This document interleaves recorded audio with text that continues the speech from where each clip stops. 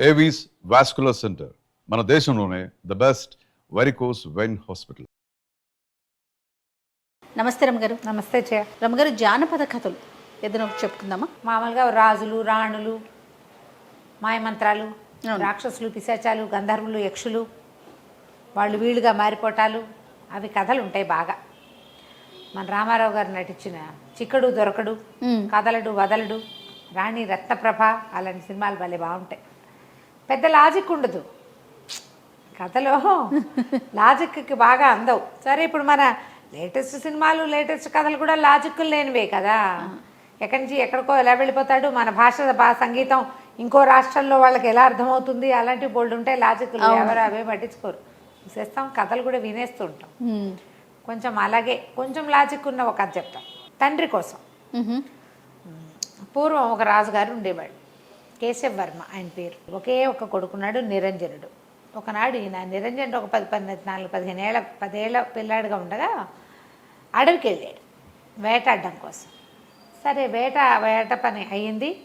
ఏవో లేళ్ళు దుప్పుల్ని చంపారు, కొన్ని పులుల్ని కూడా వేటాడారు, ఏనుగు దంతాలు అవి దొరికినాయి. వీళ్ళన్నీ మోసుకుని వస్తుంటే ఒక యక్షుణుల సమూహం ఒకటి కనపడింది. గంధర్వకాంతలు, యక్షుణులు అనకూడదు, గంధర్వకాంతలు కనిపించారు. ఆ గంధర్వకాంతల్లో ఒక ఆవిడ పమిట ముళ్ళల్లో చిక్కుకుపోయింది. మిగిలిన వాళ్ళంతా వెళ్ళిపోయి ఈవిడ ఒకటి ఇక్కడ ఆగిపోయింది, చీర సవరించుకుంటుంది, తీసుకుంటుంది ముళ్ళల్లో. రాజుగారికి ఎదురుపడింది. రాజు చాలా మైమరిచిపోయాడు ఆవిడని చూసి. ఆవిడని బతిమలాడాడు, నువ్వు ఎంతో అందంగా ఉన్నావు, మా అంతఃపురంలో ఉంటే మా అంతఃపురానికే కాంతి, మా అంతఃపురానికి రా, నాతో రా, నాతో రా, నాతో రా అని వెంబడిపడ్డాడు. ఆవిడ చీర చెంగుబుచ్చి చేసుకున్నాడు. ఆమె విదిలించుకోపోయింది, ఆయన వదిలిపెట్టలే. బతిమలాడడం మొదలుపెట్టాడు. నువ్వంటే నాకు చాలా ఇష్టం, నువ్వు భలే ఎంతో చక్కగా ఉన్నావు, అద్భుతంగా ఉన్నావు, నాకు నచ్చావు, అంతఃపురంలో ఉండు, నాతో ఉండు, నా జీవితాన్ని సార్థకం చేయి, మా జన్మ చరితార్థం చేయి, మా ఇల్లు పావనం చేయి. ఇలా బతిమలాడుతుంటే ఆవిడ, ఏంటి నువ్వు, నీకు అర్థమవుతోందా, నేను మీ జాతి దాన్ని కాను, నువ్వు నరుడివి, నేను గంధర్వకాంతని, నన్ను పిలుస్తావేమిటి, చూసి వెళ్ళిపో, పిలవకూడదు, పోనీ నాకు కూడా రావాలనిపిస్తే అది వేరే కథ, నేను నిన్ను చూసి రాదలుచుకోలేదు, ముళ్ళలో చేర్చంగి ఇరుక్కుందని నుంచుంటే వెంబడి పడతావా, పో అంది. అయినా ఆయన వదిలిపెట్టలే, బతిమలాడడం మొదలెట్టాడు. దాంతో ఆవిడంది, నీ కళ్ళ వల్ల కదా ఇది వచ్చింది, నేను చూడంగానే నేను మైమర్చిపోయానని చెప్పాడు. కళ్ళు నీకు ఈ పిచ్చని కలిగించాయి, నీ కళ్ళ వల్లే నువ్వు ఇలాంటి వ్యామోహంలో పడ్డావు, నీకు కళ్ళు పోతాయి, గుడ్డివాడివి అయిపోతావు నువ్వని చెప్పించి ఒక్క విదిలించుకుని రయ్యమని వెళ్ళిపోయాను. రాజుగారి కళ్ళు 2 పోయినాయి. ఏం చేస్తారు, ఆ గుడిగా రాజుగారిని మోసుకుని తెచ్చుకున్నారు. ఎన్ని వైద్యాలు చేసినా ఆ కళ్ళు రాల. అయితే ఒక మంత్రవేత్త ఒక ఆయన వచ్చి, శాపం వల్ల పోయిన కళ్ళు వరం వల్ల రావాలి, శాపానికి అవసానం ఏదైనా ఉండాలి, ఎవరు శపించారో వాళ్ళే దీన్ని సరిచేయగలరు అని చెప్పి వెళ్ళిపోయాడు. జనం అంటున్నారు, ఆమె ఎవరో గంధర్వకాంత ఎక్కడో కనపడింది, శపించింది, ఈయనకి వెళ్ళాడు అనవసరం కావిడి పాపం, అంత అడగకుండా ఉంటే వదిలేసేది.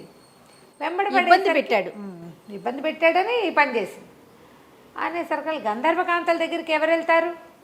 కానీ రాజుగారి అబ్బాయి నిరంజనుడు అప్పటికి 20 ఏళ్ళు వచ్చాయి, 10 ఏళ్ల పాటు ట్రై చేశారు. ఆయన శాపం నాటికి అబ్బాయికి 10 ఏళ్ళు, ఇంకో 10 సంవత్సరాలు గడిస్తే ఏకైక పుత్రుడు. అతను ఏమన్నాడంటే, ఈ రాజ్యం నాది, రేపొద్దున మా తండ్రి తర్వాత నేనే చేస్తాను. మరి మా తండ్రిది తీసుకుంటున్నప్పుడు తండ్రి శాపం గురించి కూడా నేను ఆలోచించాలి కదా, నేను వెళ్తాను, నా గంధర్వకాంత ఎక్కడుందో వెతుకుతానని అన్నాడు. అందరూ హాహాకారాలు చేశారు, వద్దు అసలు కుదరదు, గంధర్వులతో ఆట మంచిది కాదు అంటే, కాదు నేను ప్రయత్నం చేస్తా అని బయలుదేరాడు. ఒక గుర్ర వేసుకుని వెళ్ళాడు.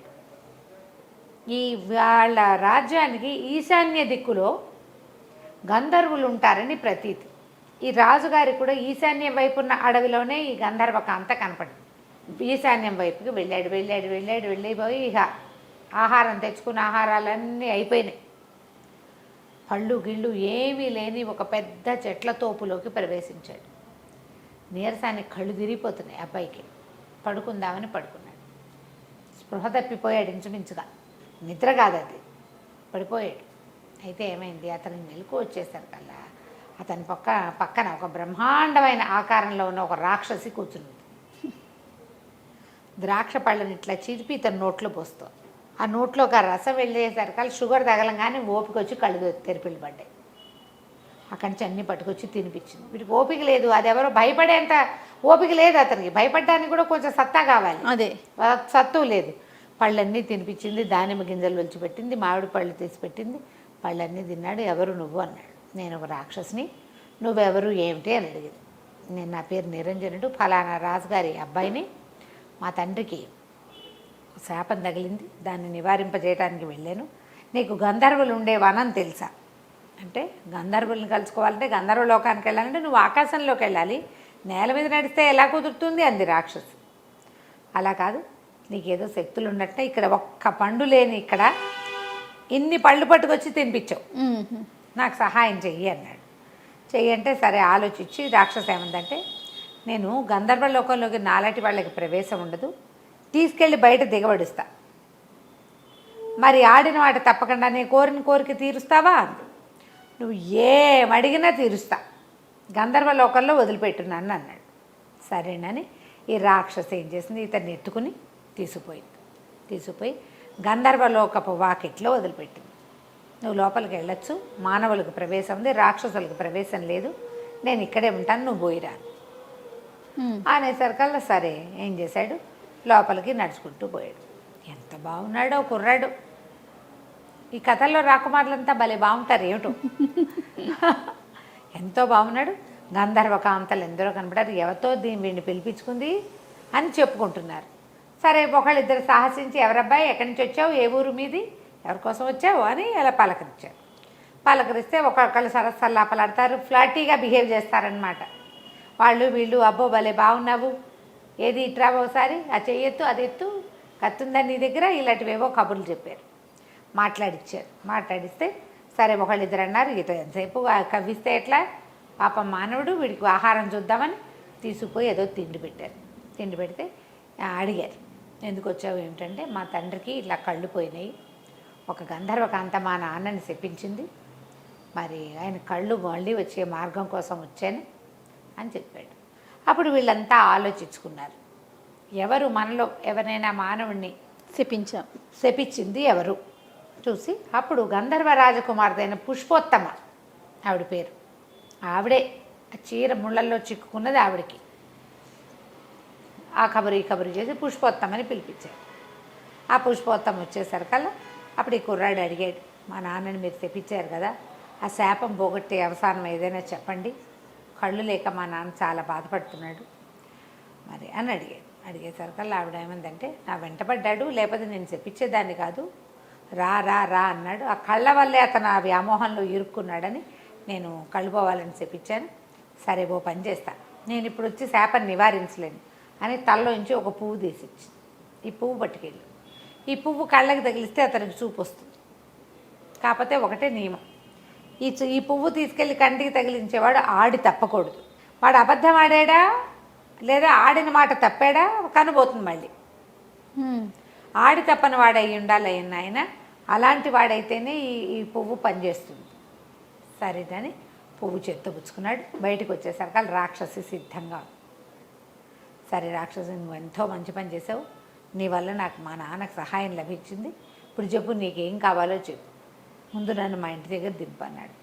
ఊరు దాకా తీసుకెళ్ళాక వెళ్ళొస్తాను, నీకేం కావాలో చెప్పు అన్నాడు. నన్ను పెళ్ళాడు నువ్వు అని అడిగింది. అది 10 అడుగుల ఎత్తుండి, వాన పొట్టుండి, భీకరంగా గుడ్లు బయటకు వస్తున్న లాంటి కళ్ళు, కోరలు, చిర్ర జుట్టు, ఇనపగదల లాంటి జబ్బలు కాళ్ళు కలిగినటువంటి బ్రహ్మరాక్షసి. నన్ను పెళ్ళాడు, పెళ్లి చేసుకున్నాను. ఏం చేస్తాడు? సరేనన్నాడు, నువ్వు ఇక్కడే ఉండు, ముందు మా నాన్న సంగతి చూసి వచ్చి నేను పెళ్లి చేసుకుంటాను అన్నాడు. పిశాచి లేదా రాకాసి. సరే రాజ్యంలోకి వెళ్ళిపోయాడు, తండ్రి దగ్గర కూర్చున్నాడు. అక్కడి నుంచి తండ్రికి కళ్ళకి ఆ పువ్వు తగిలిచ్చాడు. కళ్ళు వచ్చేసినాయి. అందరూ ఆశ్చర్యపోయారు. సరే అబ్బాయి అన్నాడు, నాన్న మళ్ళీ ఒకసారి బయటికి వెళ్ళే పని ఉంది నాకు, నేను వెళ్ళొస్తాను అంటే, ఏం చేయటానికి అనేసరికి అలా నాన్న అబ్బాయి ఏం చెప్పాడంటే, ఒక రాకాసి చాలా సహాయం చేసింది, మరి ఆమెను పెళ్లి చేసుకుంటానని మాటిచ్చాను, పెళ్లి చేసుకోవాలంటే తండ్రి అన్నాడు, ఏముంది దాన్ని అక్కడెక్కడో వదిలేసావు, రాకాసిని పిశాచిని నువ్వు పెళ్లి చేసుకోక్కర్లేదు, మానేయమన్నాడు. నాన్న మానేశాను అనుకో, ఆ అమ్మాయికి మాట ఇచ్చా, ఆ పిశాచికి మాట ఇచ్చాను, ఇప్పుడు ఆడి తప్పితే నీ కళ్ళు పోతాయి నాన్న అంటే, నాకు కళ్ళు పోయినా పర్వాలా, పిశాచిని పెళ్లి చేసుకోవద్దు నువ్వని తండ్రి బతిమలాడాడు. నీ కళ్ళున్నా లేకపోయినా నేను ఆడి తప్పనని అడుకున్నాడు. ఆడి తప్పకూడదు, మాట్లాడాను, చెప్పాను, సత్యవాక్కులు పాటించాలి అని చెప్పి అవి వెళ్ళిపోయాడు. నగరం బయట ఆ పిశాచి తోటలో కూర్చుని తను రమ్మన్నాడు. పెళ్లి చేసుకుంటాను పదా అని చేయిపుచ్చుకున్నాడు. చెయ్యి పుచ్చుకునేసరికి ఆ అమ్మాయి, ఆ రాక్షసి ఒక అందమైన అమ్మాయిగా మారిపోయింది. ఆశ్చర్యపోయాడు, ఇదేంటి, ఇది ఎలా జరిగింది అన్నాడు. ఎలా జరిగిందంటే ఆ అమ్మాయి ఏం చెప్పిందంటే, నేను మా ఇంటికి ఒక మహర్షి వచ్చాడు, నేను ఫలానా ఇక్కడికి చాలా దూరంగా ఉన్నటువంటి ఒక గుప్తుల రాజధానికి చెందిన రాజకుమార్తెని, మా ఇంటికి ఒక ఋషి ఒక ఆయన కొద్ది రోజులు ఉండటానికి వచ్చాడు. వచ్చేసరికల్లా ఆయనకి నేను ఇలాగ వికృతాకారంతో ఆయన భయపెట్టడానికి ప్రయత్నం చేశాను, రంగులు పూసుకుని రాక్షసులాగా. దాంతో ఆయన, నువ్వు ఏ రూపంతో నన్ను భయపెట్టాలని చూసావో అలాంటి పిశాచి రూపం నీకు వచ్చేస్తుందంటే ఈ రూపం వచ్చింది. మా నాన్న అందరూ బతిమలాడారు. ఎలా శాపావసానం అంటే, ఎవరైతే ఈ వికృతాకారంలో పిల్లని పెళ్లి చేసుకుంటానంటాడో, వికృతాకారం చూసినా సరే, అప్పుడు శాప విమోచనం అని చెప్పాడు. ఎంతో కాలం అక్కడ ఉన్నాను నేను అడవిలో. ఎప్పటిదో ఈ కథ,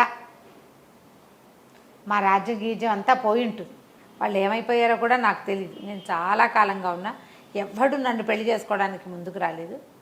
నీకు సహాయం చేశాక నువ్వు ఆడి తప్పవన్న నమ్మకంతో నిన్ను అడిగానని చెప్పి, దాంతో ఇతను అమ్మాయిని చక్కగా చేతులు పుచ్చుకుని ఇంటికి తీసిపోయి, ఇదే నేను ప్రేమించిన ప్రేయసి పిశాచి అని చెప్పి అందరికీ ఆ అమ్మాయిని హాయిగా పెళ్లి చేసుకున్నాడు. తండ్రికి కళ్ళు వచ్చాయి, ఇతనికి భార్య కూడా వచ్చింది. తర్వాత నిరంజనుడే ఆ రాజ్యానికి రాజై ఎంతో కాలం పరిపాలించాడు. కథ కంచికి మనం ఇంటికి. నమస్తే రమ్మగారు. నమస్తే.